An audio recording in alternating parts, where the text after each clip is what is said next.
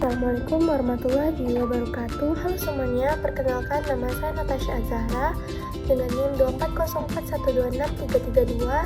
Saya dari Ilmu Kelautan kelas A. Nah teman-teman, kali ini saya akan menjelaskan tentang fenomena IOD atau Indian Ocean Dipole dan ENSO, El Nino Southern Oscillation, serta dampaknya pada pola iklim dan cuaca di Indonesia. Ini untuk memenuhi tugas mata kuliah SIG dengan dosen pengampu Miss Nabila Afifah Azuga SPI MSI. Oke, kita mulai. Perairan Indonesia itu memiliki keistimewaannya tersendiri. Nah, hal ini itu sudah terlihat jelas bahwa Indonesia dikelilingi oleh Samudra Pasifik dan Samudra Hindia. Kedua samudra ini itu berperan aktif dalam mempengaruhi sifat maupun kondisi perairan di Indonesia, baik dalam sebaran temperatur, arus, dan kesuburan perairan. Nah, selain itu, keadaan musim dan iklim juga mempengaruhi sifat dan kondisi perairan Indonesia. Salah satunya itu curah hujan. Variabilitas curah hujan bulanan dan musiman di Indonesia itu dipengaruhi oleh sistem monsun, yaitu monsun basah, monsun kering, monsun barat, dan monsun timur. Nah, meskipun sistem monsun terjadi secara periodik, tetapi variabilitas curah hujan musiman dan antar musim tidak selalu sama di setiap tahun. Itu disebabkan karena adanya fenomena iklim global ENSO dan IOD yang mempengaruhi variabilitas hujan di Indonesia. Nah, teman-teman, Indonesia itu terletak di daerah tropis yang dilewati oleh garis ekuator dan berada di antara Samudra Pasifik dan Hindia. Ada 5 faktor yang mempengaruhi variabilitas iklim, khususnya di Indonesia, yaitu siklus Hadley, siklus zonal, aktivitas angin monsun, pengaruh lokal atau topografi, dan siklon tropis. Nah, kelima faktor ini itu bekerja secara simultan sepanjang tahun dalam waktu yang bersamaan serta membentuk suatu sistem iklim global. Nah, fenomena anomali iklim di daerah tropis yang umum dikenal dan paling dominan antara lain adalah El Nino, Southern Oscillation atau ENSO. Nah, ENSO ini itu adalah fenomena anomali iklim yang terjadi akibat perbedaan suhu permukaan laut atau SPL di Samudra Pasifik Tengah dan Timur yang lebih tinggi atau yang lebih rendah daripada rata-rata normalnya.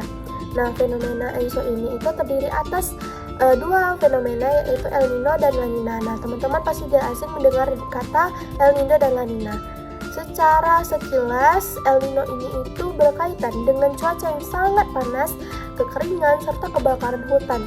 Sedangkan La Nina itu berkaitan dengan hujan, angin kencang, banjir bandang, dan tanah longsor. Nah, nama El Nino dalam bahasa Spanyol berarti anak laki-laki. Nah, nama ini itu diberikan oleh para pelaut di Amerika Serikat Selatan pada tahun 1600-an itu merujuk pada menghangatnya SPL di Samudra Pasifik Tengah dan Timur saat mendekati bulan Desember. Sementara itu, La Nina dalam bahasa Spanyol berarti anak perempuan, merupakan kebalikan dari El Nino, yaitu kondisi SPL di Samudra Pasifik bagian tengah dan timur lebih rendah daripada kondisi normalnya. Nah, selanjutnya Indian Ocean Dipole atau IOD, yaitu anomali iklim tersebut dapat menyebabkan curah hujan di bawah normal yang mengakibatkan kekeringan panjang ataupun curah hujan di atas normal yang mengakibatkan bencana banjir, tanah longsor, dan lain sebagainya.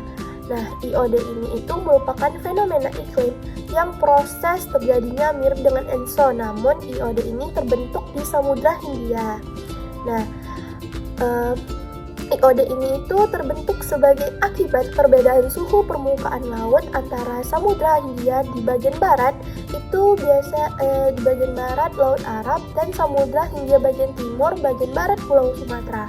Nah, jika ENSO diidentifikasikan menggunakan indeks SOI, maka IOD itu diidentifikasikan berdasarkan indeks DMI atau Dipole Mode Index. Nah, nilai DMI itu ditentukan berdasarkan perbedaan SPL di bagian barat dan timur Samudra Hindia.